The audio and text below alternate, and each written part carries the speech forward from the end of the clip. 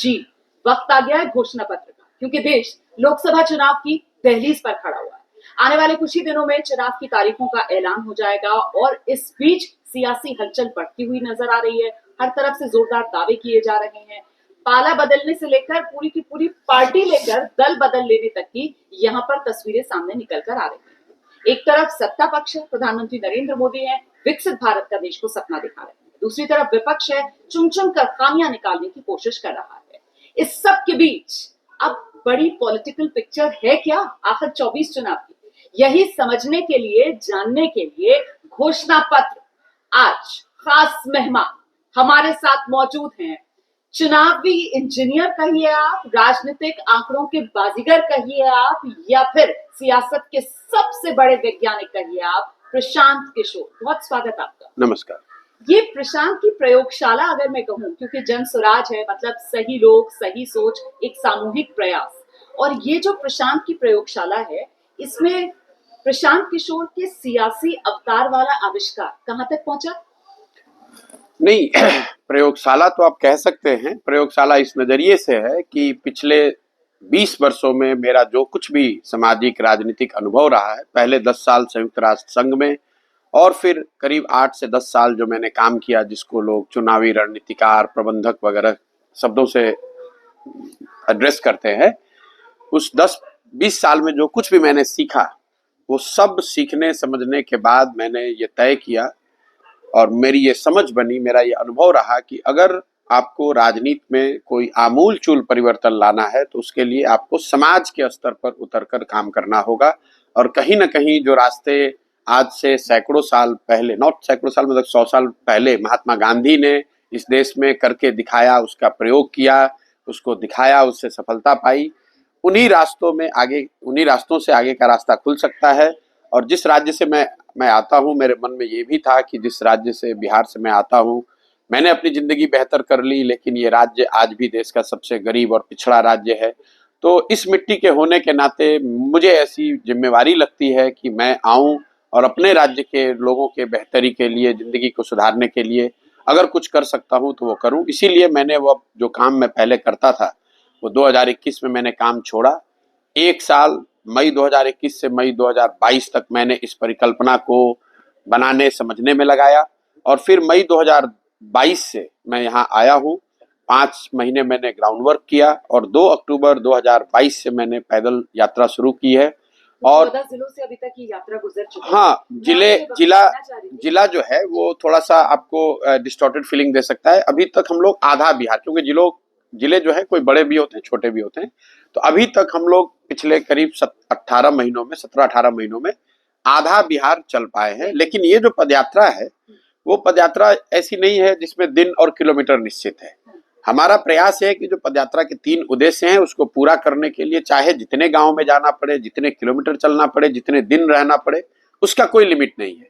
एकमात्र लक्ष्य है कि बिहार के गांव-गांव में पहुंचा जाए, वहां लोगों को बताया जाए कि क्या करने से उनकी जिंदगी बेहतर हो सकती है। दूसरा, लोगों को राजनीतिक बेहतर विकल्प के अभाव में मजबूरी में किसी को न वोट देना पड़े, भाजपा के डर से लालू के डर से भाजपा को वोट न देना पड़े। इसके लिए समाज की मदद से एक नया दल, नया विकल्प बनाया जाए। और तीसरा कि अगर लोग अच्छे लोगों को चुन भी दे तो भी जो चुने हुए लोग आए उनके पास बिहार की जमीनी हकीकत को समझकर एक सही योजना हो जिससे बिहार में पलायन रुके, बेरोजगारी खत्म हो, यहाँ के बच्चों के लिए शिक्षा हो। हम लोग भी अगले 10 वर्ष में देश के 10 अग्रणी राज्यों में शामिल हों। इस 3 उद्देश्य को लेकर इसको हमने शुरू किया है। अब अगर आप इसको तो 24 चुनाव है। नहीं, चुनाव आपका लक्ष्य है? नहीं, बिल्कुल नहीं। ये चुनाव से मैं प्रभावित नहीं हूँ। मैंने आपको कहा 10 साल मैंने रात दिन चुनाव कराए, राज्यों के स्तर पे चुनाव कराए हैं, देश के स्तर के चुनाव से जुड़ा रहा हूँ। मैंने उस काम को, उस आपाधापी को 10 साल बहुत करीब से देखा है, उसमें भागीदार रहा हूँ। ज्यादातर जगह पे मुझे सफलता भी मिली, सरकारें भी मेरे हिसाब से बनी, लेकिन मैंने ये पाया कि सरकारों के बनने से, दलों के बदलने से जनता का जीवन बदल जाए ये जरूरी नहीं है। चेहरे बदल जाते हैं, घोषणा पत्र बदल जाता है, लेकिन कमोवेश स्थिति जमीन पर वही है जो पहले थी। आप बिहार के नजरिए से देखें, 10 वर्ष कांग्रेस की, यूपीए की सरकार थी, तब भी बिहार देश का सबसे गरीब और पिछड़ा राज्य था, तब भी यहाँ के बच्चे पलायन और मजदूरी के लिए मजबूर थे। और जब आज 10 वर्ष से नरेंद्र मोदी जी की सरकार है तो भी बिहार के लोगों की वही दशा है। आज भी हमारे बच्चों को, बिहार के बच्चों को पलायन ही करना है। आज भी यहाँ पर फैक्ट्री नहीं है, आज भी यहाँ पढ़ने की व्यवस्था नहीं है। तो जनता के नजरिए से, खासकर मैं बिहार के नजरिए से बोल रहा हूं, उनके लोगों के जीवन में कोई फर्क नहीं आया। और इसमें मैं अपना प्रयास भी जोड़ता हूं। मैंने 2015 में यहाँ महागठबंधन की मदद की, उनको जिताया, उसके बावजूद बिहार में सुधार नहीं हुआ। तो कहीं ना कहीं हम लोग को ये सीखने समझने की जरूरत है। मुझे ऐसा लगता है, ये मैंने समझा कि सिर्फ दलों के बनने से, जीतने से, हारने से ये परिस्थिति नहीं बदलेगी। उसको हम लोग को जड़ तक पहुंचना होगा, समाज में उतर के प्रयास करना होगा। और इसी नजरिए से मैं प्रयास कर रहा हूं। अपने जीवन के 2 साल, 3 साल, 5 साल, जितना भी समय लगे, मैंने अपना घर, परिवार, काम धाम, दोस्त मित्र, जो भी मेरा था, सब कुछ छोड़कर पिछले 18 महीनों से, 2 साल से करीब करीब, 18 महीने से तो मैं पैदल ही चल रहा हूँ, बाकी 6 महीना पहले इसके प्रिपरेशन में, करीब करीब 2 साल से मैं यहाँ रह रहा हूँ। और मैं पूरी तरीके से संकल्पित हूँ। देश में, दुनिया में क्या हो रहा है उससे मेरा कोई लेना देना नहीं है। हम लोग उसको पढ़ते हैं, सुनते हैं, उस पर टिप्पणी कर सकते हैं, लेकिन मेरे जीवन की प्राथमिकता बिहार में एक बेहतर व्यवस्था बनाना है। और इसके लिए जो कुछ भी करना पड़ेगा वो सब करेंगे। ठीक है, तो आपने पूरी तरीके से खुद को समर्पित कर दिया है बिहार के लिए। अब मेरा सवाल देश को लेकर है। आपने खुद अभी कहा 10 साल मोदी सरकार। सवाल ये कि 10 साल मोदी सरकार के बावजूद एक वो जो एंटी इनकम्बेंसी वाला फैक्टर है, वो इस मोदी सरकार को लेकर क्यों नजर नहीं आता? नहीं, ये देखिए, आप लोग का कई बार आंकड़ों को पढ़ने और समझने का, आंकड़ों की खूबी यह है कि आप उसको जिस तरीके से चाहें उस तरीके से इंटरप्रेट कर दें। मेरा अपना मानना है कि देश में विपक्ष कमजोर कभी नहीं है। विपक्षी पार्टियां कमजोर हो सकती हैं, विपक्ष का फॉर्मेशन कमजोर हो सकता है, विपक्ष कमजोर नहीं है। क्योंकि अगर आप आंकड़ों को ही देखेंगे तो बीजेपी को जब सबसे बड़ी सफलता 2019 में मिली तो उनको 38% वोट मिला। मतलब अगर 100 लोग वोट देने गए, उसमें 38 लोगों ने बीजेपी के, मोदी जी के, उनके कार्यशैली को, उनके विचारधारा को, उनके काम के आधार पर वोट किया। 62 लोगों ने उनको वोट नहीं किया। अब तो विपक्ष जमीन पर नहीं है ऐसी बात नहीं है, जमीन पर हर आदमी खुश है ऐसी बात नहीं है, ज्यादातर लोग तो खुश नहीं है। लेकिन इस 62 को एक साथ करना, और या उसके एक बड़े भाग को एक साथ करना, उसके लिए जो भूमिका विपक्षी पार्टियों की, नेताओं की होनी चाहिए, कहीं ना कहीं वो मिसिंग है। तो विपक्षी पार्टी कमजोर हो सकती है, उनका एजेंडा कमजोर हो सकता है, उनकी नैरेटिव या उनका प्रयास कमजोर हो सकता है। देश में विपक्ष नहीं है या देश में रहने वाला हर व्यक्ति इस सरकार से खुश है, ऐसा मानना बहुत बड़ी गलती होगी। सर, 24 चुनाव को लेकर अगर बिग पिक्चर और पॉइंट वाइज में आपसे कि आपकी नजर में 5 हाई पॉइंट्स क्या रहेंगे? नहीं, हाई पॉइंट्स किस नजरिए से, राजनीतिक नजरिए से या राजनीतिक नजरिए से पहले? नहीं, अगर आप ये जानना चाह रहे हैं कि 24 में क्या होगा, तो आज की तारीख में अगर आज चुनाव हो जाए, 2 महीने बाद क्या होगा मैं जानता नहीं हूं, लेकिन आज चुनाव हो जाए तो बीजेपी लेड एनडीए को बहुत बड़ी बढ़त दिख रही है। ये एक हाईलाइट अगर आप इसको लेना चाहते हैं तो ले ले। ठीक है। लेकिन 2 महीने में और क्या होगा ये मैं जानता नहीं। जनता किस तरफ किसको वोट देती है मुझे नहीं पता है। मुझे ये पता है कि अगर आज चुनाव हो जाए तो बीजेपी लेड एनडीए को एक बहुत बड़ी बढ़त है। बीजेपी की तरफ से दावा किया जा रहा है कि बीजेपी 370 और एनडीए 400। आपसे मैं ये समझना चाह रही हूँ, क्योंकि आपने करीबी से काम करने का तरीका देखा है, प्रधानमंत्री नरेंद्र मोदी का भी, अमित शाह का भी, कि इस तरीके के जो आंकड़े दिए जा रहे हैं इनकी तरफ से, ये वाकई में मुमकिन है? ये लोग देखिए या फिर ये चुनावी जुमले के तौर पर? नहीं, देखिए, ना वो जुमला है ना ये उसकी कोई गारंटी है कि वो हो ही जाएगा। ये तो चुनाव लड़ने की रणनीति का, प्रयास का, स्ट्रेटेजी का हिस्सा है। चुनाव सिर्फ जमीन पर नहीं, वो दिमाग में भी लड़ा जाता है, साइकोलॉजिकली भी लड़ा जाता है, और एक गोल सेटिंग भी होती है। आप परीक्षा में बैठते हैं तो अपने लिए तय करते हैं कि मुझे 90% नंबर लेकर आना है। उसमें कोई सही गलत की बात नहीं है। 90% का लक्ष्य लेकर आप तैयारी कर रहे हैं। संभव है कि 85 आ जाए, संभव है कि 95 आ जाए। तो अगर बीजेपी ये दावा कर रही है तो ऐसा तो ये हर चुनाव में करते हैं। बंगाल में भी कहा 200 सीट से ज्यादा लेकर आएंगे, हर प्रोग्राम में बैठ के कहा कि 200 से ज्यादा लिख के ले लीजिए, 200 से ज्यादा आ रहा है, आए 77। तो ये राजनीतिक दल, नेता इस तरह के दावे या इस तरह की गोल सेटिंग करते हैं। उसमें कोई सही गलत नहीं है, वो तो एक अनुमान है। किसी को देखिए, देश में जितने लोग भी हैं, नेताओं की बात तो छोड़ दीजिए, जो ट्रेंड सेफोलॉजिस्ट हैं, जो रोज नंबर आंकड़ों को देख रहे हैं, उसका अध्ययन कर रहे हैं, उनको भी किसी को डेफिनेटिव ये पता नहीं होता है। क्योंकि जो लोग भी स्टैटिस्टिक्स को समझते हैं, सेफोलॉजी को समझते हैं, कोई आंकड़ा आता है उसमें 3% प्लस माइनस का लोग मानकर चलते हैं। 3% तो वो नीचे लिखते हैं डिस्क्लेमर में कि plus minus 3% error, margin of error हो सकता है। अब भारत जैसे देश में अगर आप 3% प्लस और माइनस मतलब 5%, 6% का आप मार्जिन लेकर चल रहे हैं, 6% में तो कहाँ का कहाँ रिजल्ट हो जाएगा। तो आप एक इन्फॉर्म्ड गेस कर सकते हैं, आप प्रिसाइज नंबर नहीं दे सकते हैं। अगर आप देते हैं तो it's like calling the coin. देखिए, अगर कई बार कहते हैं अरे हमने पिछली बार कहा था वो नंबर आ गया, मतलब सेफोलॉजिस्ट दावा करते हैं, चुनावी विशेषज्ञ दावा करते हैं, टीवी चैनल वाले भी हल्ला मचाते हैं, पत्रकार के अलावा नेता भी कहते हैं। लेकिन होता ही है कि अगर मान लीजिए आपको कोई बोले कि भैया सिक्का उछालो, बोलो हेड और टेल, अगर 10 आदमी खड़े हैं तो 5 आदमी तो सही बता ही देगा, क्योंकि प्रोबेबिलिटी 2 है। तो कई, और जो सही बताएगा वो बताने लगेगा कि मुझे मालूम है कि कैसे सिक्का को कॉल किया जाता है। इसे ऐसी कोई बात नहीं है, आप एक इन्फॉर्म्ड गेस कर सकते हैं। किसी को प्रिसाइज नंबर नहीं मालूम होता है, वो मोदी जी को भी नहीं मालूम है, और कोई साधारण सेफोलॉजिस्ट अगर बैठ के कर रहा है उसको भी मालूम नहीं है। अगर मालूम होता तो बंगाल में 200 सीट का दावा कैसे कर रहे थे, कर्नाटक में जीत का दावा कैसे कर रहे थे। आप ये बड़े राज्य छोड़ दीजिए, दिल्ली उनके नाक के नीचे एक सिटी स्टेट है, वहां पर 2015 में आम आदमी पार्टी को 67 सीट आ गया, 2020 में उनको 62 सीट आ गई, और अमित शाह खड़े होकर कह रहे थे हमें 40 सीट आ रहा है, 40 प्लस सीट आ रहा है। तो ये 2 बातें हैं, एक तो उनको पता नहीं होता है, फिर भी वो कहते क्यों है? कहते इसलिए है कि उनको जो सूचनाएं मिल रही होती हैं उसके आधार पर उनका गेस है। और दूसरा, आपको पार्टी के नेता होने के नाते आप ये थोड़ी ना कहिएगा कि मैं हार रहा हूं, आप तो यही कहिएगा कि मुझे बहुत बड़ी जीत मिल रही है।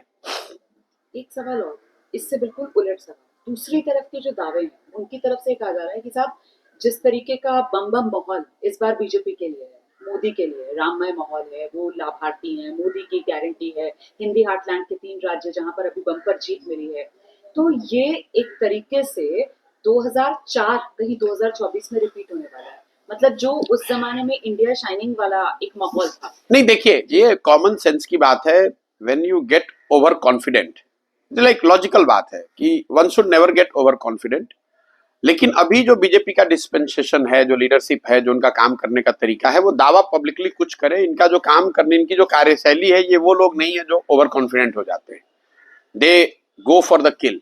अगर उनको मालूम है कि वो जीत रहे तो भी वो हल्के में नहीं लड़ेंगे। वो ये जो मैं आपको बता रहा हूं, जैसे मोदी जी या अमित शाह या जो भी अभी बीजेपी की लीडरशिप है, इनकी कार्यशैली ये नहीं है कि बस जीत हो गया अभी बैठ जाओ, बस जीतने ही वाले हैं। वो दावा तो कर रहे हैं कि जीत रहे, लेकिन अपनी मेहनत में, अपने प्रयास में कुछ कमी नहीं छोड़ेंगे। जैसे आप देख लीजिए, एक सीट अभी जैसे बिहार में नीतीश कुमार को लेकर आए, उनको मालूम है, आंकड़े बता रहे हैं कि नीतीश कुमार के भाजपा में आने से भाजपा को चुनावी फायदा कुछ नहीं है, विधानसभा के नजरिए से तो उनको नुकसान है। आप बिहार में किसी भी भाजपा के वर्कर से, समर्थक के, लीडर से बात कीजिएगा तो प्राइवेटली वो ये कहेगा इसका नुकसान है, लेकिन वो फिर भी क्यों लेकर आए? क्योंकि वो एक साइकोलॉजिकल एडवांटेज चाहते थे, इंडिया अलायंस को साइकोलॉजिकल झटका देना चाहते थे। आप जो देख रहे हैं अभी महाराष्ट्र में, वो अशोक चौहान को लेकर आए, ये सब क्यों कर रहे हैं? वो एक एक सीट भी जो है कि if we are on top we must finish the opposition, तो ये उनका स्वभाव है, उनका कार्यशैली का हिस्सा है। तो ये दिखा, अगर मैं उनके सामने हूं तो मैं ऐसा नहीं मानूंगा कि they have become complacent. They are not people who get complacent. अगर आपको उनसे लड़ना है तो आप ये मानकर चलिए कि वो लास्ट तक लड़ेंगे। अगर जीत रहे तो भी उस जीत को और बड़ी बनाने के लिए और ज्यादा प्रयास करेंगे, हार रहे तब तो प्रयास करेंगे ही करेंगे। तो मैं 2004 की सिनेरियो को नहीं देखता हूं, क्योंकि 4 में लीडरशिप अलग थी, आज लीडरशिप अलग है। दूसरा, जो विपक्ष ये मान के चल रहा है कि भाई हमारे लिए, they are largely basing their things on assumptions, कि कुछ चीजें हो जाएंगी, डिसकंटेंट है, लोग नाराज हैं, ये बहुत सारी चीजें अनुमान पर आधारित है, ये आपके अपने प्रयास पर आधारित नहीं है। जो उन्होंने इंडिया अलायंस बनाया है, मतलब इंडिया अलायंस बने हुए सबसे पहले तो ये बहुत देरी से बनाया गया। आप मुझे बताइए, लोग कहते हैं सीटों पे समझौता नहीं हुआ, नैरेटिव नहीं बना, चेहरा कौन हुआ, इन सब बातों पर तो विवाद हो सकता है भी, कौन चेहरा होगा, क्या नैरेटिव होगा, कौन सीट लड़ेगा। इस बात पर तो कोई विवाद नहीं था कि 2024 अप्रैल मई में चुनाव होगा, सबको पता था। जिन लोगों ने भी इंडिया अलायंस बनाया है, ये काम वो 2 वर्ष 3 वर्ष पहले भी कर सकते थे। जब बंगाल का चुनाव आया, बीजेपी डाउन थी, बीजेपी बैकफुट पर थी, तब अगर आपने इंडिया अलायंस बना लिया होता तो आपके पास 2-2.5 साल का समय होता नैरेटिव बनाने का, उसको घर घर ले जाने का। जरा आप अनुमान कीजिए। लोग कहते हैं कि मोदी जी ने चुनाव के ठीक पहले राम मंदिर का ये पूरा जो अभियान अभी हुआ, जो समारोह हुआ, कभी तो मोदी जी या उनकी टीम ने बैठ के ये प्लान किया होगा कि मंदिर का निर्माण इस तरीके से कराओ, इस गति से कराओ कि ये जनवरी में पूरा हो। अब विपक्ष वाले बैठ के ये कह रहे हैं अरे भाई चुनाव के पहले करा के फायदा उठाना चाह रहे हैं। भाई कम से कम भाजपा वालों ने इतना तो सोचा 3 बरस पहले। तुम 3 बरस पहले क्या कर रहे थे? तुम्हें भी तो मालूम था कि 24 में चुनाव है, तो आपको भी तो सोचना चाहिए था कि मैं जनवरी 2024 में क्या करूंगा, अगर राम मंदिर होगा तो उसका हम काउंटर कैसे करेंगे। तो आपने तो वो किया नहीं। आप बैठे हुए हैं राम भरोसे, राम का नाम ले रहे हैं बीजेपी वाले, लेकिन राम भरोसे बैठे हुए हैं विपक्ष वाले। बीजेपी राम भरोसे नहीं बैठी हुई है। मैं आपको दावे से कह रहा हूं, प्रधानमंत्री के बयान आप आज से 3, 4, 5, 6 महीने जब वो पार्लियामेंटेरियन से मिल रहे थे, उसमें उन्होंने पब्लिकली कहा कि भाई सिर्फ मंदिर के भरोसे मत बैठिए। वो राम का नाम ले रहे हैं, राम भरोसे बैठे हुए हैं कांग्रेस वाले कि कुछ हो जाएगा। तो अगर आप राम भरोसे बैठोगे तो भैया राम जी अगर कृपा करेंगे तो जीतोगे, नहीं कृपा हुई तो आप हारोगे। एक बात मुझे बताइए, कर्नाटक चुनाव जब हुआ उसका नतीजा जब आया था तो ऐसा लग रहा था कि विपक्ष के लिए एक माहौल बनता हुआ नजर आया। उसी के बाद ये इंडिया गठबंधन भी बना। जून में फिर इन लोगों ने 15 मई को पहली बैठक की थी इंडिया गठबंधन की। तो ये चीजें जो एक वक्त में ऐसा लग रहा था कि शायद विपक्ष मजबूत होता हुआ नजर आ रहा है, ये डिरेल क्यों होने लगी? और खासतौर से नीतीश कुमार। नहीं देखिए, आपको मैं बताऊं, पहले तो राज्यों के चुनाव को सीधा एक्सट्रापोलेट लोकसभा से करना ये बहुत बड़ी भूल है। आपको याद दिलाना चाहता हूं आपके दर्शकों को, 2018 में बीजेपी कर्नाटक हारी, बड़ी मुश्किल से 2017 में गुजरात में अपनी सरकार बचाई बीजेपी ने, बड़ी मुश्किल से 15 सीट से सरकार बची। कर्नाटक में वो चुनाव हारे, उसके बाद छत्तीसगढ़, मध्य प्रदेश, राजस्थान तीनों जगह चुनाव हार गए, फिर भी जाके लोकसभा में इतनी बड़ी जीत मिल गई। राज्यों के चुनाव का माहौल पर असर हो सकता है, लेकिन उसका सीधा कोरिलेशन फाइनल आउटकम पर नहीं है। कर्नाटक के चुनाव के बाद, कांग्रेस की जीत के बाद जरूर एक माहौल, एक अपॉर्चुनिटी कांग्रेस के पास थी, लेकिन जब आपने वो प्रयास किया नहीं उसके बाद आप चुपचाप बैठ गए। इंडिया अलायंस जो बना जून जुलाई में, देखिए जून में इंडिया अलायंस बना है, जून से लेकर अभी हम लोग फरवरी में बैठे हुए हैं, करीब करीब 8 महीने हो गए। 8 महीने में इंडिया अलायंस के लोग कुल 6 या 8 दिन साथ में बैठे। उन 6 और 8 दिनों में भी अगर आप नंबर ऑफ वर्किंग आवर जोड़िएगा तो मुश्किल से मुझे लगता है कि 25-30 घंटे इन लोगों ने इंडिया अलायंस पर काम किया है। अगर आप इसको समझिएगा, आपने जून में बनाया, चलो देरी से बनाया, तो अगर आप 7 दिन यहीं पर बैठ जाते और 7 दिन में ये सारा काम कर लेते तो आपके पास 8 महीने उस काम को जमीन पर एग्जीक्यूट करने के लिए होता। राहुल जी मान लीजिए यूरोप जाते हैं, अमेरिका जाते हैं, 7 दिन जाते हैं ना साथ में, एक बार 7 दिन जाकर आप अलग अलग यूनिवर्सिटी में बात कर रहे हो ना, लोगों से मिल रहे हो ना, तो वो 7 दिन 8 दिन आप यहीं पर बैठ के काम पूरा कर लेते। तो आप 8 महीने में 7 दिन बैठे हैं साथ में।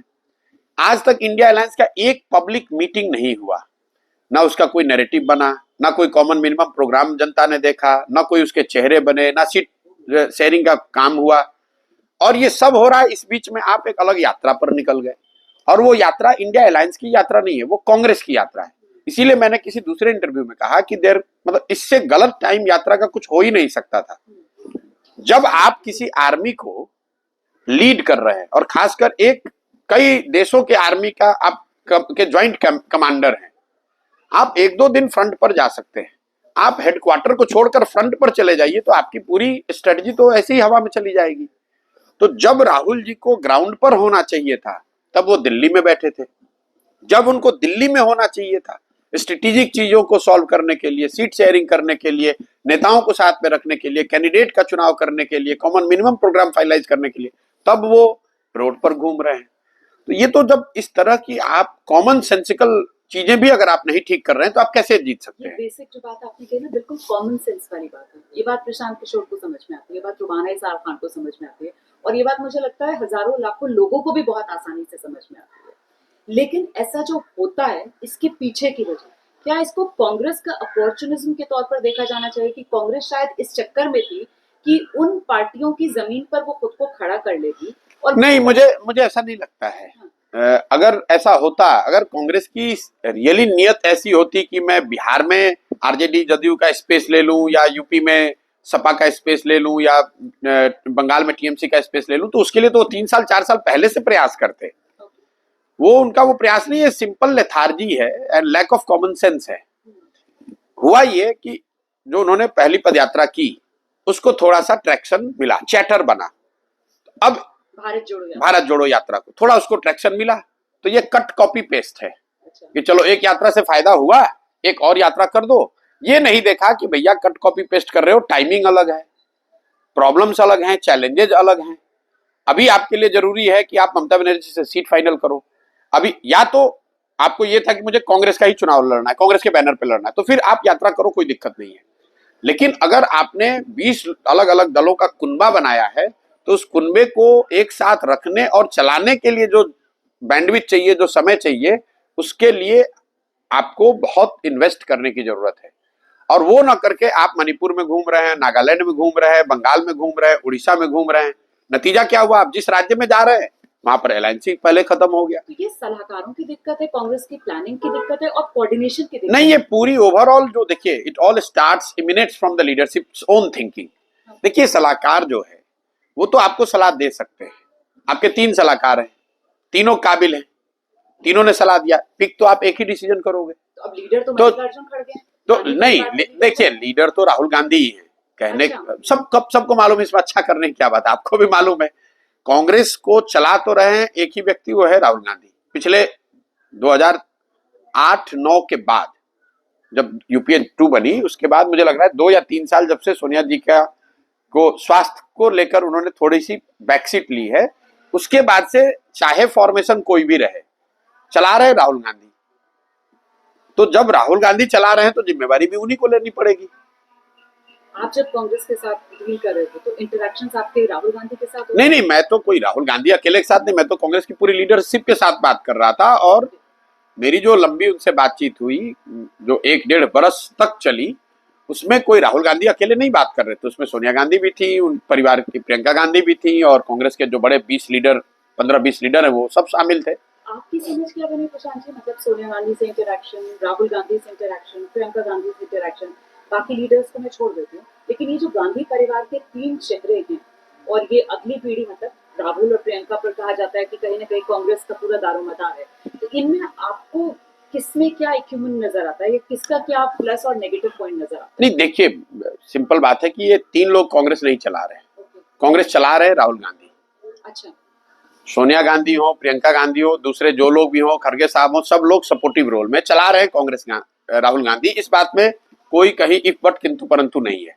वो चाहे कैमरे पे कुछ भी दावा कर लें, लोग चाहे कुछ भी कह दें, चला रहे राहुल गांधी। और राहुल गांधी की जो अपनी समझ है, उनको लगता है कि we are on right track, it's just matter of time. आज नहीं तो कल जनता मोदी से नाराज होगी और वो हमें गद्दी पर वापस बैठा देगी। मुझे लगता है कि जो सबसे बड़ी कमी कांग्रेस के लीडरशिप में है, वो जब तक आप मानोगे नहीं कि आपको परेशानी है, आप उसका सुधार करने का प्रयास करोगे कैसे? आप ये मान रहे हो कि भैया हम ठीक है, हमारे कम्युनिकेशन में, हमारे आउटरीच में, हमारे स्ट्रेटजी में कोई गलती नहीं है। जनता को समझ में नहीं आ रहा है, जनता धीरे धीरे समझेगी, जब उसको परेशानी होगी वो समझेगी। लोकतंत्र में मुझे लगता है कि ये बड़ा एरोगेंट वे ऑफ एनालिसिस है। अगर मैं मान लीजिए इतना बड़ा प्रयास बिहार में कर रहा हूं, इसके बावजूद अगर जनता इस बात को स्वीकार नहीं करती है, तो I should be humble enough to accept कि भाई मेरे प्रयास में, मेरे कम्युनिकेशन में कुछ कमी रह गई, मुझे और इसको सुधारने की जरूरत है। अगर वो ना करके मैं ये कहूं कि अरे यार बिहार की जनता तो समझ ही नहीं रही है, तो वो एक्सक्यूज नहीं है। मुझे लग रहा है कि कहीं नहीं, जैसे राहुल जी का आपने बयान सुना होगा, कहते भाई पूरी मीडिया हाईजैक हो गई है, ईडी सीबीआई सब हाईजैक हो गया है, इलेक्शन कमीशन इम्पार्शियल नहीं। इन बातों में थोड़ा दम है, लेकिन इसी वजह से कांग्रेस चुनाव हार रही है ऐसा मैं नहीं मानता हूं। अगर ऐसी बात होती तो कोई राहुल गांधी से ये पूछे कि भाई 2014 में तो मीडिया आपके पास था, आप सत्ता में थे, ED CBI election commission judiciary सब आपके साथ था, तब 2014 में आप 50 सीट के नीचे कैसे आ गए? और अगर मीडिया से ही और जुडिशरी इलेक्शन कमीशन से ही जीत हार होती, तो बीजेपी पिछले 10 वर्षों में जहां कहीं भी चुनाव हारी है, वो कैसे चुनाव हारी है? देखिए, जो भी सत्ता में रहेगा उसको मीडिया का, व्यवस्था का, संस्थाओं का कुछ ना कुछ सपोर्ट रहता ही है, एक्स्ट्रा सपोर्ट रहता है। जब कांग्रेस सत्ता में थी तो उन्हें भी था, और आज बीजेपी है तो उनको भी है, थोड़ा ज्यादा हो सकता है, उसको ज्यादा मिसयूज कर सकते हैं, ज्यादा कम कर सकते हैं। लेकिन लड़ाई तो आपको पॉलिटिकली ही लड़ना पड़ेगा। आपके बिहाफ में मीडिया वाले लड़ाई नहीं लड़ेंगे। आप लड़ाई लड़ रहे हैं तो मीडिया उसको दिखा सकता है, थोड़ा कम दिखाएगा, ज्यादा दिखाएगा, दिखाना तो पड़ेगा ही। आप सब बात छोड़ दीजिए, अभी किसानों का आंदोलन चल रहा है, सो कॉल्ड सरकार का पूरा ही कब्जा है मीडिया पर। भले ही उसको उसके अलग अलग पहलू, अलग अलग नजरिए से लोग दिखा रहे हैं, लेकिन दिखा तो सब रहा है कि भैया किसान का आंदोलन हो रहा है, किसान रोड पर आए हुए हैं। कोई भी मीडिया, चाहे बीजेपी का अपना इन हाउस भी मीडिया हो, क्या है वो कह सकता है कि किसान रोड पर नहीं है? मीडिया तो एम्पलीफायर है, अगर साउंड होगा तो उसको कोई बढ़ा सकता है, कुछ घटा सकता है, लेकिन साउंड क्रिएट करने की जिम्मेवारी, आंदोलन खड़ा करने की जिम्मेवारी वो तो पॉलिटिकल पार्टी की है।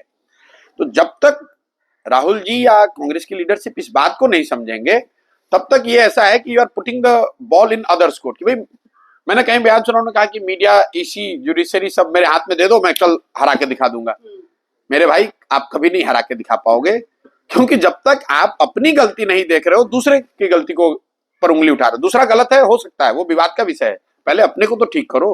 अच्छा, राजनीतिक समझ के तौर पर कहा जाता है कि दोनों भाई बहनों में प्रियंका गांधी की बेहतर सियासत को लेकर समझ है, क्या वो भी रियलिटी चेक भाई को नहीं बता पाती? देखिए, मैं ये नहीं कह सकता हूं, मेरे पास कोई ऐसा थर्मामीटर नहीं है कि मैं ये बता दूं कि किसकी समझ कम है, ज्यादा है। मेरे से ये सवाल पूछा गया कि भी तीनों में सबसे ज्यादा समझ किसकी है, बेहतर समझ किसकी है, वहां पे मैं ये कह सकता हूं कि सोनिया जी की समझ, उनका अनुभव, उनका काम करने का तरीका इन दोनों से ज्यादा बेहतर है, उसमें कहने में कोई दिक्कत नहीं है। प्रियंका जी और राहुल जी की तुलना इसलिए नहीं होनी चाहिए क्योंकि प्रियंका गांधी को अभी वो भूमिका मिली नहीं है। तो आप कैसे जज कर सकते हैं कि अगर वो कांग्रेस प्रेसिडेंट होते, वो कांग्रेस चलाते, तो कैसे चलाते? मान लीजिए कि मैं आपको बता रहा हूं, जैसे जिम्मेवारी की बात नहीं है, जैसे मान लीजिए कि आपने कहा कि यूपी में उनको जिम्मेवारी दी गई थी, उसके आधार पर जज कीजिए। नरेंद्र मोदी जी को 2009-10 में वेस्टर्न इंडिया के 3 बड़े राज्यों की जिम्मेवारी भाजपा ने दी थी, महाराष्ट्र, गुजरात, राजस्थान। 100 से ज्यादा सीटों पर, वेस्टर्न पश्चिम भारत की सीटों पर मोदी जी इंचार्ज थे। उसमें भाजपा का प्रदर्शन अच्छा नहीं रहा, 9 में सब वहां पे कांग्रेस और यूपीए के लोग जीत कर आए। उस प्रदर्शन के आधार पर अगर आपने नरेंद्र मोदी का as a organizer, as a speaker, as a political acumen को अगर आपने जज कर लिया होता और कोई कमेंट पास किया होता, तो आज आपके मुंह पर अंडे पड़े होते। तो जब आप किसी की क्षमता तब जांच सकते हैं जब उसको वो जिम्मेवारी दी गई है। ये जिम्मेवारी अभी राहुल गांधी के पास रही है, इससे पहले सोनिया जी के हाथ में रही है। उसके आधार पर मैं कह सकता हूं कि सोनिया गांधी की समझ, उनका अनुभव, उनका काम करने का तरीका शायद इन लोगों से बहुत बेहतर है, तभी उनको सफलता मिली। राहुल गांधी वैसे यात्राएं इतनी कर रहे हैं, आप कह रहे हैं कि ये वाली जो यात्रा है इसका टाइमिंग उन्होंने सही नहीं चुना, लेकिन जो सियासी तपस्या वो कर रहे हैं उसका फल उन्हें मिले, उसके लिए एक आप उनको क्या गुरु मंत्र देना चाहते हैं? देखिए, मैं कौन हूं उनको गुरु मंत्र देने वाला? वो बहुत बड़े आदमी हैं और ये लोग ऐसे नहीं है जो कि आप सलाह दीजिए और वो आप मान लें। नहीं मानना, अगर बुलाएंगे तब तो मानना ही पड़ेगा, लेकिन मतलब बिन मांगी सलाह किसी को देनी नहीं चाहिए। ठीक है। मुझे लगता है कि कहीं ना कहीं what he lacks is the persistence, perseverance that is needed to close things. I have observed over last 15 years of his political journey as a student. Hindi में जी। हाँ, मैंने उनके 10-15 साल की राजनीतिक यात्रा को जो मैंने बाहर से थोड़ा करीब से भी देखा, जानना समझने का कोशिश करा, जो एक कमी मैं पाता हूं कि वो चीजों को क्लोज नहीं करते हैं। जैसे मैं आपको एग्जांपल दूं, आज की यात्रा वगैरह छोड़ दीजिए, जब कांग्रेस की सरकार थी, उनकी तूती बोलती थी, वही देश के बड़े भविष्य बताए जाते थे, तब उन्होंने एनएससीवाई आईवाईसी में एक प्रयोग शुरू किया as a general secretary NSCY IYC, कि हमारे ये आईवाईसी और एनएससीवाई में इलेक्शन से चुनाव होगा, इलेक्शन से नए लीडरशिप पैदा की जाएगी। उसका शुरुआती विरोध हुआ, लेकिन राहुल जी ने बड़े उत्साह से पूरा उसमें समय लगाकर उसको शुरू किया। शुरुआती सफलता पंजाब और उत्तराखंड में उसको मिली, लेकिन जब लोगों ने उसको देख लिया कि किस तरीके से इलेक्शन हो रहा है, तो जो सीनियर लीडरशिप थी या जो चीज जो उससे पहले से बेनिफिट पा रहे थे, उन्होंने उस सिस्टम को गेम कर दिया। तो राहुल गांधी जी के पास 2 ऑप्शन थे, या तो वो उस रेजिस्टेंस को या जो उसमें डिस्टॉर्शन आया था उसको और करेक्ट करने के लिए और उस पर लगे रहते, या अगर मान लीजिए कि नए सिस्टम से उनका विश्वास उठ रहा था तो पुराने सिस्टम में जाते, जिसमें नॉमिनेशन वाली बात थी। हुआ क्या, ना वो नए सिस्टम को उन्होंने आगे बढ़ाया, ना पुराने पर वापस गए। नतीजा क्या हुआ, एनएससीवाई आईवाईसी कंप्लीटली बर्बाद हो गई 10 साल में। आपके पास जो पुराना सिस्टम था उसको आपने छोड़ दिया, नया एक्सपेरिमेंट किया, आधा एक्सपेरिमेंट करके छोड़ दिया। और इस तरह मैं आपको 20 ऐसी घटना बता सकता हूं जहां पर राहुल गांधी ने बड़े उत्साह से कोई काम शुरू किया, शुरुआती दिनों में उसको बैक किया, कम व्हाट में वी विल डू दिस, और फिर जैसे ही रेजिस्टेंस आया, जैसे ही सेटबैक लगा, जैसे ही परेशानी आई, तो या तो फिर मुश्किल का सामना नहीं कर पाते। नहीं, मुश्किल का सामना करने की बात नहीं, सामना तो कर रहे हैं, हाँ। लेकिन जब परिस्थिति विपरीत होती है तो मैदान छोड़ के भाग जाते हैं। मतलब उस पर अनिर्णय की स्थिति हो जाना। मैदान छोड़कर भागे नहीं है, अनिर्णय की स्थिति कि भाई मुझे इलेक्शन वाले फॉर्म में जाना है या पुराने फॉर्म में जाना है, ये निर्णय ले लो। अगर ये निर्णय ले लोगे तो सही या गलत कुछ फायदा होगा, अगर आप अनिर्णय में रहेंगे तो दोनों का ही नुकसान, दोनों साइड से नुकसान हो रहा है। और ये उनके पूरी राजनीतिक यात्रा का मैंने पैटर्न देखा है। भाई प्रशांत किशोर को ले आओ, अब प्रशांत किशोर की जो पूरी योजना है उसको आपने समझ लिया, और समझने के बाद आपने यूपी में शुरुआत की। जैसे ही थोड़ी सफलता मिली, जो समाजवादी पार्टी आपको 10-20 सीट नहीं दे रही थी उसने 110 दिया, अब तुरंत प्रशांत किशोर के प्लान को छोड़ के वो अलायंस वाला प्लान अपना लिया। नतीजा क्या हुआ कि जो आपने शुरुआत की थी 27 साल यूपी बेहाल, उसी सपा से जाके आपने अलायंस कर लिया, तो ना माया मिली ना राम, दोनों ओर से मारे गए।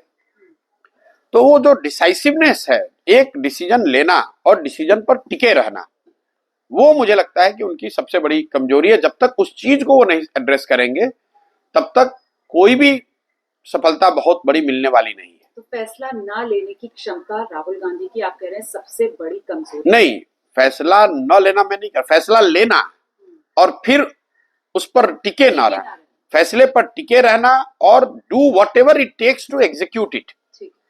आपने निर्णय लिया, निर्णय लेने में तो तुरंत निर्णय ले लेते हैं, ये तो दिक्कत है, तुरंत निर्णय ले लिया, यात्रा करनी है। अच्छा, लेकिन नहीं लगाते हैं फैसला लेने में। फैसला लेने में यही तो दिक्कत है। अगर आप समय लगाकर निर्णय नहीं लोगे तो आपने निर्णय ले लिया तुरंत, हाँ भाई प्रशांत किशोर ये बता रहे हैं बिल्कुल ठीक है, तुरंत करते हैं।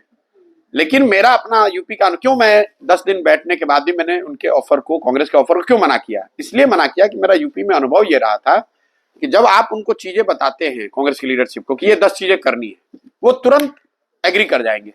10 के 10 बात, लोगों को लगता है कि लोग एग्री नहीं कर रहे, वो 10 के 10 बात एग्री कर जाते हैं। मेरी समस्या है कि बहुत जल्दी एग्री कर जाते हैं, 10 चीज पे एग्री कर गए, इसका मतलब उन्होंने पूरी उसकी नुआंसेस को समझा ही नहीं कि इस 10 चीज को करने में कितनी ताकत, कितनी डिटर्मिनेशन की जरूरत है।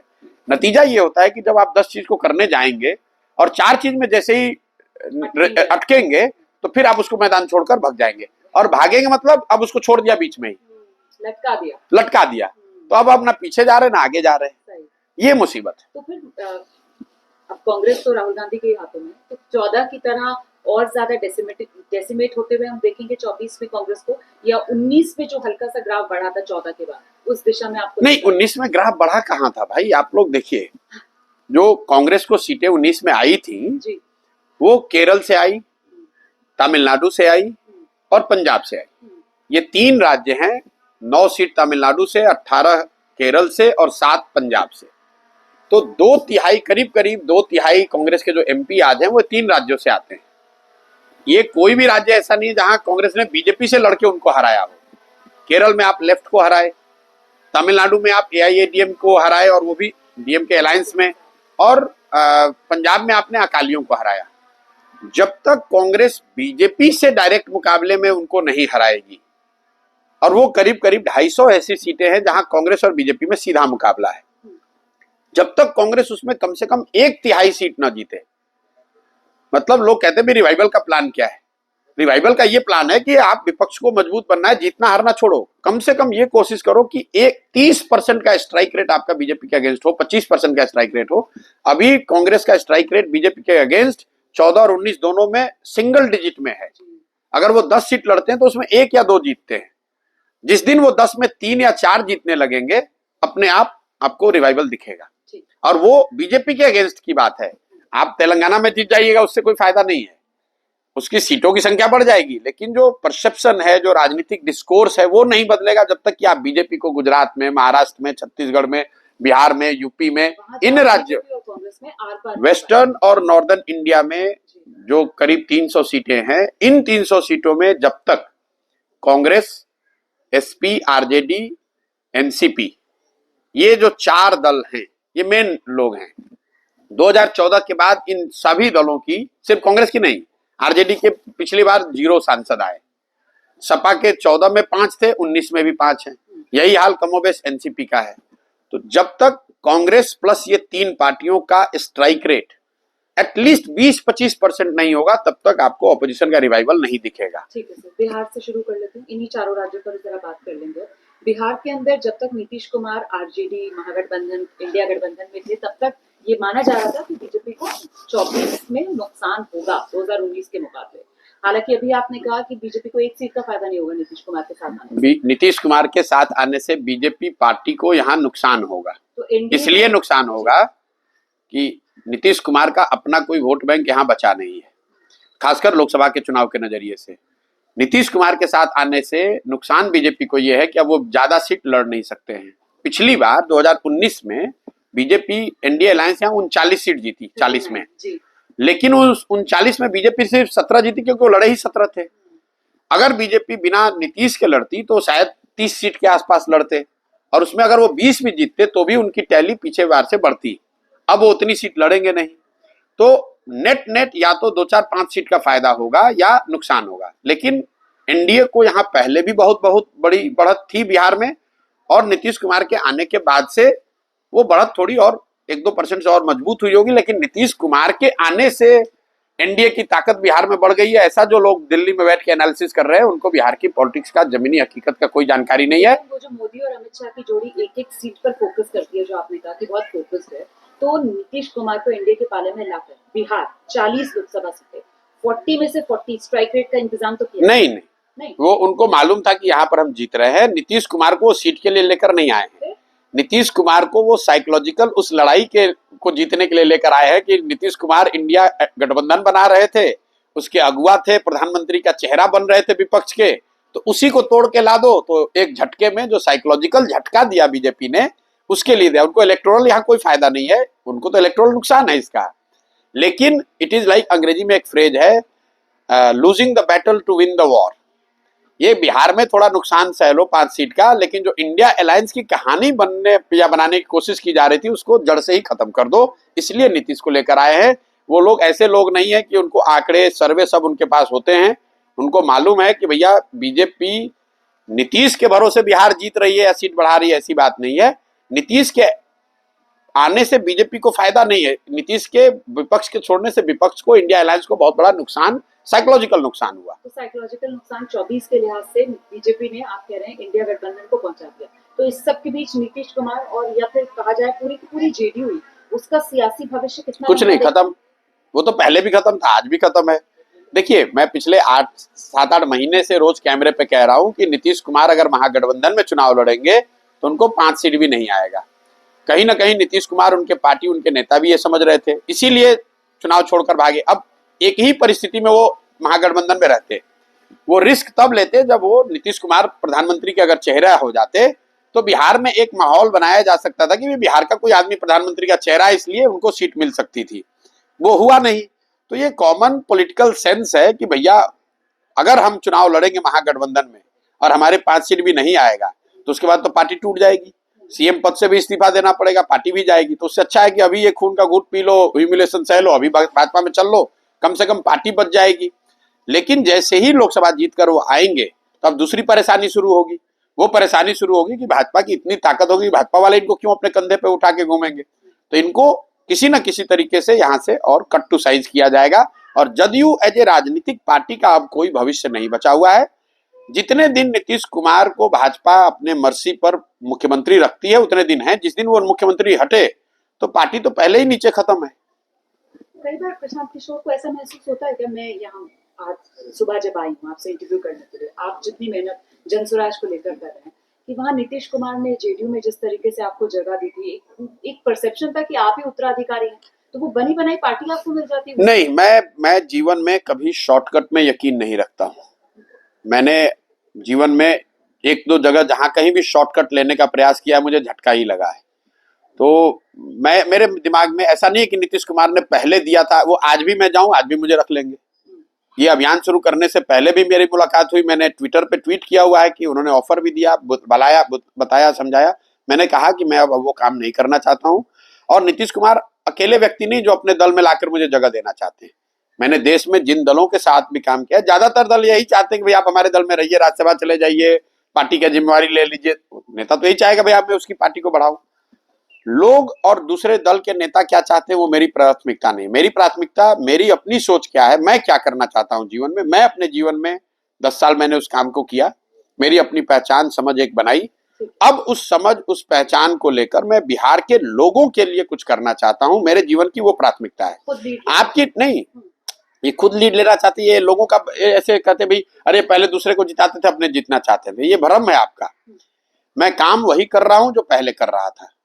मैं पहले नेताओं को, दलों को समझाता था, उनको कैसे बेहतर अपने संगठन को बना सकते हैं, कैसे अपनी नैरेटिव बना सकते हैं, कैसे जनता के बीच जा सकते हैं, कैसे चुनाव लड़ जीत सकते हैं। यही काम मैं आज भी कर रहा हूं, सिर्फ दलों और नेताओं को नहीं, अब मैं बिहार की जनता को ये समझा रहा हूं। तो कैनवस बड़ा हो गया है, और चूंकि कैनवस बड़ा और नया है तो ये आपको थोड़ा केयोटिक दिख रहा है, आपको लग रहा है ये साथ में आएगा कैसे। लेकिन मैं बिल्कुल देख रहा हूं अपने 18 महीने के अनुभव से कि इसको किया जा सकता है।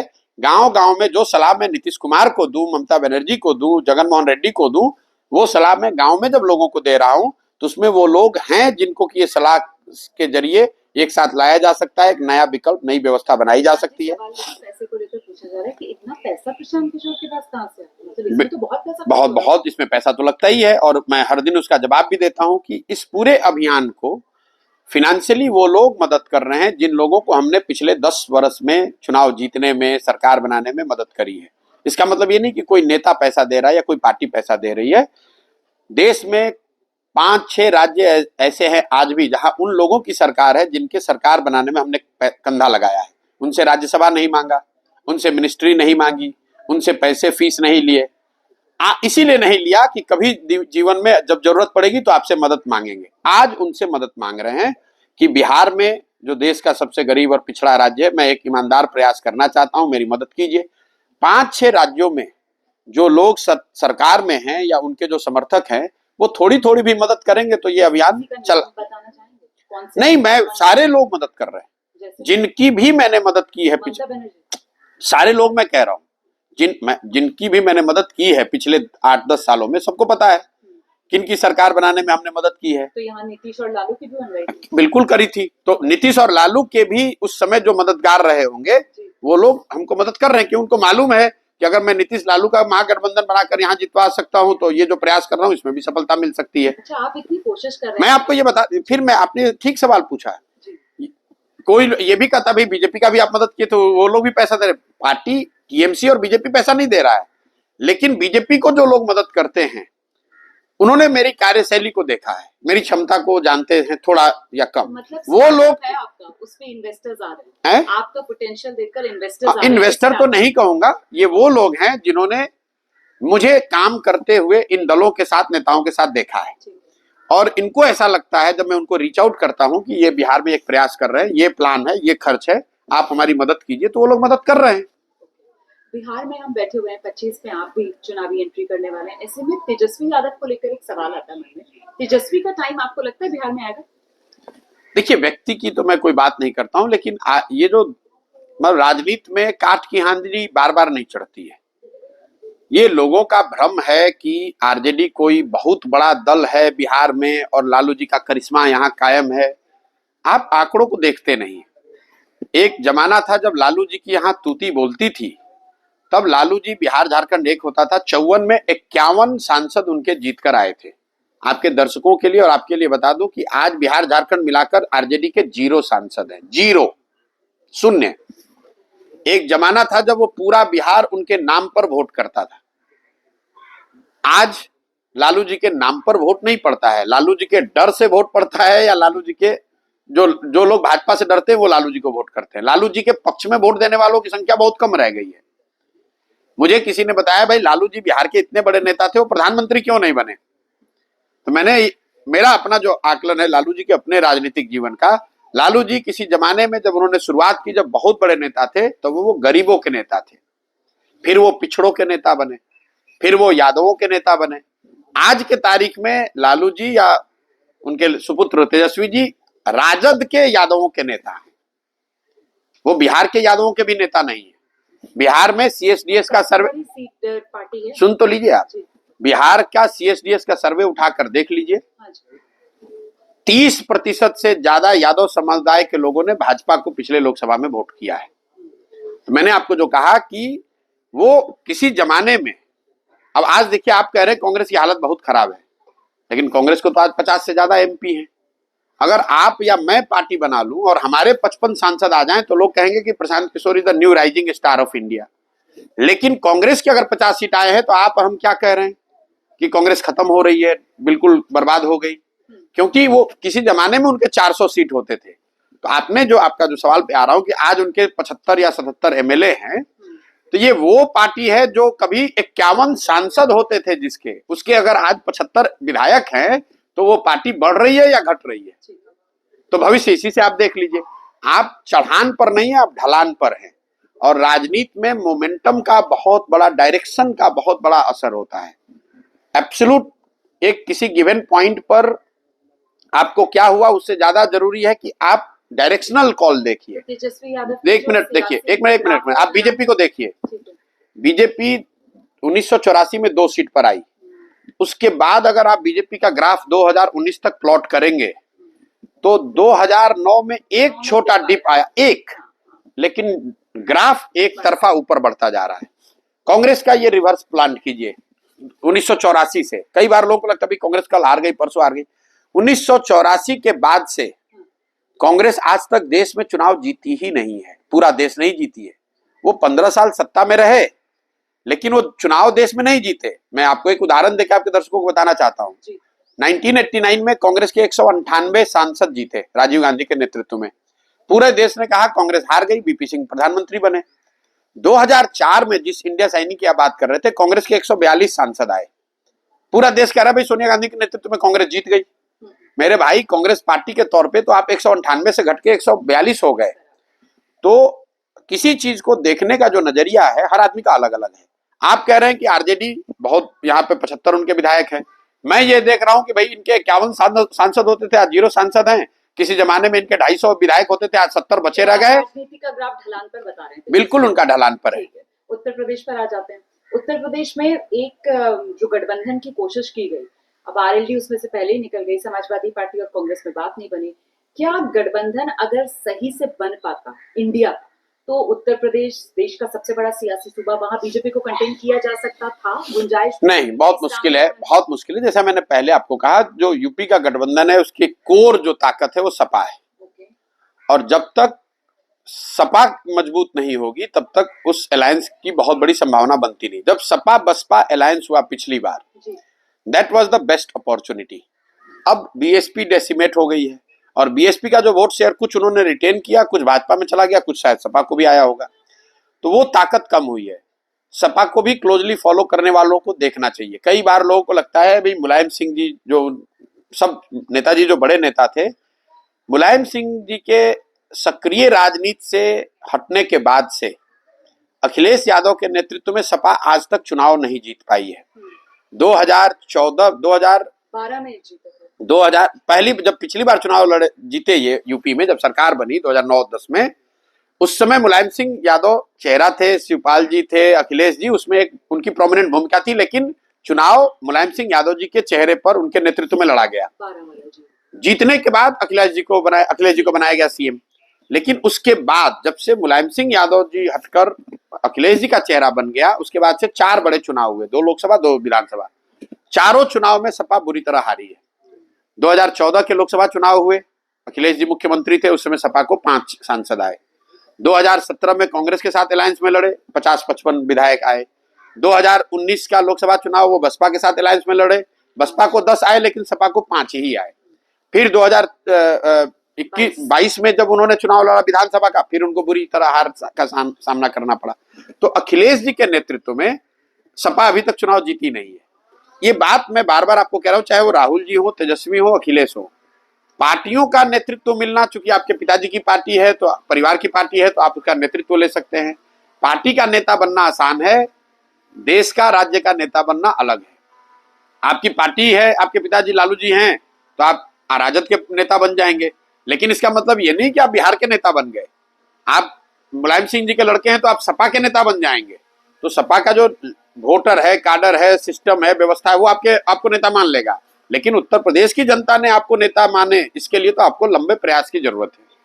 बंगाल पर जरा चलिए, वहां पर ममता बनर्जी और दीदी की शैली बेहतर तरीके से आप दर्शकों को बता पाएंगे, क्योंकि एक परसेप्शन उनके बारे में बनता है कि साहब बहुत ही जिद्दी किस्म की औरत हैं, वो जो फैसला ले लेती हैं शायद उस पर टिकी रहती हैं अपने फैसले पर, लेकिन इंडिया गठबंधन के साथ आई और फिर गठबंधन से अलग हो गई। इससे ममता बनर्जी की जो सियासत है बंगाल में, उसे फायदा होगा या नुकसान? देखिए, मैं दीदी के साथ मैंने 2 साल काम किया है, हाँ जी। और बंगाल के चुनाव में मैंने दीदी को फ्लेक्सिबल अच्छा। और काम करने में बहुत, जिसके साथ काम करने में आसानी हो वैसा ही पाया। मुझे कम से कम व्यक्तिगत तौर पर, मैंने ये कई मौकों पर मैंने कहा है कि मुझे दीदी के साथ काम करते हुए कोई दिक्कत हुई नहीं। 2 साल मैंने बड़े आराम से और मजे से काम किया वहाँ। आज उनकी क्या स्थिति है, क्या परिस्थिति है, मैं बंगाल से सीधा जुड़ा हुआ नहीं हूँ, लेकिन मैं बंगाल में बीजेपी और टीएमसी में बड़ी लड़ाई देखता हूँ। कई लोगों को जो ऐसा लग रहा है कि विधानसभा में जिस तरह की सफलता टीएमसी को मिली थी, इसका मतलब है कि बीजेपी एकदम कमजोर पड़ गई है पश्चिम बंगाल में, वो बहुत बड़ी भूल कर रहे हैं। बंगाल में BJP is a rising force. अच्छा। और टीएमसी को बहुत बड़ी चुनौती है, और टीएमसी ने अगर ठीक से चुनाव नहीं लड़ा तो उनको 2019 की तरह झटका भी लग सकता है। ये बंगाल के अंदर अभी संदेश खाली वाला मामला बहुत कर रहे हैं, तो ये जो संदेश खाली में हो रहा है, इसको आप एक चुनावी पैतरे के तौर पर या ये मौसमी माहौल के तौर पर खबर, या फिर ये ध्रुवीकरण के लिए किया जा रहा है एक प्रयोग? नहीं, देखिए, जो वहाँ मुद्दा है मैं तो जानता नहीं हूँ कि एग्जैक्ट मुद्दा क्या है। सरकार का एक अपना पक्ष है, विपक्ष का एक अपना नजरिया है, आगे जांच होगी और एजेंसियां लगेंगी, लोग भी रिपोर्ट कर रहे हैं। जब आप सत्ता में हैं और इस तरह की घटना सही या इन टर्म्स ऑफ परसेप्शन अगर आ जाए, तो सत्ता में बैठे हुए दल और नेता को उसका नुकसान होना ही होना है। ये बात आप मानकर चलिए। वो सही हो ना हो वो अलग बात है, वो तो जांच का विषय है, लेकिन in purely in terms of perception मैं इसको टीएमसी के लिए नेगेटिव मानूंगा, इसको पॉजिटिव नहीं मानूंगा। ठीक है, अब मैं महाराष्ट्र की तरफ आते हैं। आपने एनसीपी का भी जिक्र किया। महाराष्ट्र, क्या आपको ऐसा लग रहा है कि सबसे ज्यादा जिसके बारे में कुछ आप अनुमान लगा ना पाए, उस तरीके का एक राज्य बनकर उभरा है? क्योंकि वहां पर जो इंडिया गठबंधन वाले दल हैं वो दो फाड़ हो चुके हैं, एनडीए का बिल्कुल शक्ल बदली हुई है, महाविकास अघाड़ी की शक्ल बदली हुई है। क्या देखिए, महाराष्ट्र की जो स्थिति है, मैं कोई महाराष्ट्र का या किसी भी राज्य का एक्सपर्ट नहीं हूं, मैं तो ऐसे बैठ के आपसे चर्चा कर रहा हूं। महाराष्ट्र की जो पॉलिटिकल सिचुएशन वो इतना मेस है कि उस पर किसी भी तरह की कोई टीका टिप्पणी करना ही बड़ा मुश्किल है। लेकिन मैं इतना जरूर कह सकता हूं कि इंडिया अलायंस के लिए अगर एक कोई फर्टाइल ग्राउंड था, वो था महाराष्ट्र। और कहीं ना कहीं बीजेपी भी इस बात को समझती है। बिहार के मुकाबले भी महाराष्ट्र बिल्कुल सबसे फर्टाइल ग्राउंड महाराष्ट्र था, और बीजेपी को इसकी भनक, इसकी खबर, इसकी जानकारी है। इसीलिए आप अगर पिछले 1 साल में प्रधानमंत्री के दौरे अगर देखें, नॉन पॉलिटिकल दौरे, तो सबसे ज्यादा दौरे उन्होंने महाराष्ट्र और तमिलनाडु में किए। ये दौरे ऐसे नहीं बनाते ये लोग, तो रोज आंकड़े देख रहे हैं, फीडबैक उनको आ रहा है, उसके आधार पे कर रहे हैं। कहीं ना कहीं भाजपा को भी इस बात का एहसास रहा है कि महाराष्ट्र में स्थिति गड़बड़ हो सकती है। लेकिन विपक्ष जिस तरीके से महाराष्ट्र को एक्सप्लॉइट कर सकता था पॉलिटिकली अपने फेवर में, मुझे नहीं लगता है कि वो आज इस स्थिति में है कि वो उसको एक्सप्लॉइट कर पाए। और इसका मतलब ये नहीं है कि ये तोड़ फोड़ की मैं बात कर रहा हूँ। ओवरऑल जो पब्लिक सेंटिमेंट है, जो एक सिंपैथी थी, जो एक ग्रास रूट पर आई वुड से उथल पुथल थी, उसका फायदा विपक्ष उठा सकता था। आज वो कितना उठा पाएगा, मुझे उसको लेकर डाउट है। लेकिन अगर मैं इंडिया अलायंस को एडवाइस कर रहा होता, हाइपोथेटिकली, जो थैंकफुली मैं नहीं कर रहा हूं, तो मैं उनको कहता Maharashtra is the low hanging fruit, जहां पर बड़ी सफलता मिल सकती है। अगर वो प्रयास आज से 6 महीना साल भर पहले किया गया होता, तो महाराष्ट्र वो स्टेट है जहां बीजेपी को बैकफुट पर डाला जा सकता था। बिहार वो जगह नहीं थी, महाराष्ट्र वो जगह थी। लेकिन प्योर एरिथमेटिक हिसाब से अगर देखा जाए तो महाराष्ट्र के अंदर तो नंबर गेम, वो जिस तरीके से पार्टियों में तोड़फोड़ हुई है, उसी का सबसे बड़ा खमियाजा लगता है ना? नहीं, देखिए, पार्टी नेता के इधर उधर जाने से वोटर थोड़ी ना जाता है। वो तो विधायक भागेंगे, एमपी भागेंगे, कुछ काडर इधर उधर होता है, उसका कुछ असर हो सकता है परसेप्शनल या अदरवाइज, सिंबल ही चले गए, उससे कोई फर्क नहीं है। वो तो शरद पवार जी एक यूनिक पॉलिटिशियन है, उन पर मैं टीका टिप्पणी नहीं करना चाहता हूं। मैं एक ही बात कह सकता हूं कि इंडिया अलायंस अगर बीजेपी के हिसाब से देखें तो एक प्रॉब्लमेटिक स्टेट जो उनके लिए था वो महाराष्ट्र था, और धीरे धीरे महाराष्ट्र को उन्होंने रिकूप किया है। और उसको अदर वे कहें तो इंडिया अलायंस के पास जो अपॉर्चुनिटी थी महाराष्ट्र में, कहीं ना कहीं they have allowed it to slip away. दूसरा स्टेट में कर्नाटक मानता हूं जहां Congress could have consolidated in a big way, वो भी मुझे लग रहा है कि now BJP is fighting back. तीसरा स्टेट में वेस्ट बंगाल मानता हूं जहां BJP was down in dumps, they have been allowed to come back. और मुझे लग रहा है कि इन तीनों स्टेट जो बड़े राज्य हैं, इन तीन बड़े राज्यों में, और अगर विधानसभा के नजरिए से देखूं तो मध्य प्रदेश वो राज्य था जहां बीजेपी बैकफुट पर थी कर्नाटक के बाद, वहां पर Congress has allowed BJP to come back. नहीं तो बंगाल के अंदर अगर ममता कांग्रेस और लेफ्ट के साथ आ जाती तो वो बीजेपी नहीं कंटेन किया जा सकता। मैं बात भाई पिछला जो विधानसभा चुनाव हुआ था उसमें तो लेफ्ट और कांग्रेस दीदी के साथ नहीं थे, फिर भी भाजपा को 77 पर उतार दिया गया। सिर्फ अलायंस कर लेने मात्र से, नेताओं के साथ में आने से कोई चुनाव जीत हार नहीं होती है, वो तो एक पहलू है सिर्फ। मैं ये कह रहा हूं कि बंगाल में BJP was decimated below 10, BJP has made a comeback, is making a comeback और appearing to be making a comeback. In Maharashtra BJP was in back foot, India alliance for the lack of their effort and strategy again has allowed that gain to go away। और कर्नाटका जहां BJP एकदम back foot पर चली गई थी, कांग्रेस को lead था, वहां पर भी मुझे लग रहा है कि BJP is going to make an stunning comeback. और ये तीनों चारों स्टेट में जो कमबैक है, इसी वजह से आप देख रहे हैं कि फिर से जो चैटर है कि 330 350 ये सब जो बातें हो रही हैं, वो बीजेपी वाले इसलिए कर पा रहे हैं कि इन तीन चारों राज्यों में जहां उनको परेशानी थी वहां पर या तो उन्होंने अपने प्रयास से स्थिति बेहतर की, या ऑपोजिशन के लैक ऑफ एफर्ट से वो एडवांटेज जो था वो उनके हाथ से निकल गया। एक और चीज जो अभी पिछले दिनों हमने देखी, आप कर्नाटक का जिक्र कर रहे हैं, पर वो बात ये निकल कर आई सियासी पसंद के तौर पर देश में एक नॉर्थ साउथ डिवाइड की, तो मतलब कर्नाटक के जरिए बीजेपी उसको पार्ट लेगी इस बार 2000। नहीं, ये देखिए बड़ा सिंपलिस्टिक, टीवी स्टूडियो में बैठ के लोग कहे नॉर्थ साउथ डिवाइड, ऐसा मैं देखता नहीं हूँ। इंडिया में एक divide electorally, I am underlining electorally, उसको किसी दूसरे क्षेत्र में ना करें, वो है ईस्ट साउथ और नॉर्थ वेस्ट। ईस्ट साउथ और नॉर्थ हाँ, और ईस्ट वेस्ट, ईस्ट साउथ का मतलब है आप बिहार से शुरू कीजिए, बिहार, बंगाल, उड़ीसा, तेलंगाना, आंध्र प्रदेश, तमिलनाडु, केरल, ये जो 220 सीटें हैं, यहां पर भाजपा की 50 से कम सीटें रही हैं। 150 से ज्यादा सीट विपक्षी दलों के पास रही है, या उन दलों के पास रही है जो बीजेपी नहीं है, एनडीए का हिस्सा फॉर्मली नहीं है, चाहे वो नवीन पटनायक हो, जगनमोहन रेड्डी हो, फॉर्मली एनडीए के हिस्सा नहीं रहे। तो ये 150 एमपी जीते हुए हैं जो नॉन बीजेपी नॉन एनडीए हैं। इनकी वैल्यू इसलिए नहीं है पॉलिटिकली क्योंकि जो बाकी के 300 बच गए नॉर्थ और वेस्ट में, जहां BJP is fighting with Congress, NCP, SP and RJD, in 300 में बीजेपी 80% सीट जीत गई। तो जब तक आप नॉर्थ और वेस्ट में बीजेपी को, अगर आप बीजेपी को नॉर्थ और साउथ में समझो, नॉर्थ और वेस्ट में अगर आपने 80 सीट में हरा दिया, तो ये 80 और बाकी के जो 150 हैं वो मिलकर 230 240 हो सकते हैं।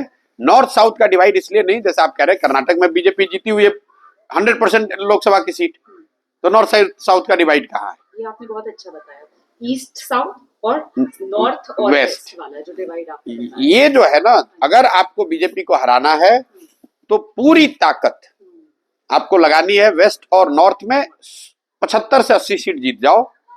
ईस्ट और साउथ में बीजेपी चाहे कुछ भी कर ले, वो 50 का 60 कर लेगी, 65 कर लेगी, वो 220 में 200 नहीं जीत सकते। तो आपके पास 150 कैप्टिव सीट है। अब कोई ये आर्गुमेंट दे सकता है भाई ये तो जीते हुए हैं लेकिन जगनमोहन रेड्डी तो नहीं है साथ में। अगर वैसा फॉर्मेशन कोई आएगा तो ये जो पार्टियां हैं बीजेडी, वाईएसआरसीपी, टीडीपी, ये सब आपको उस साइड बीजेपी के अगेंस्ट आ सकती हैं। अगर वो फॉर्मेशन, अगर आप नॉर्थ वेस्ट में 100 सवा 100 सीट जीत जाओगे तो ये लोग 150 उधर जुड़ जाएंगे, 270 के आसपास आप पहुंच सकते हो कम से कम।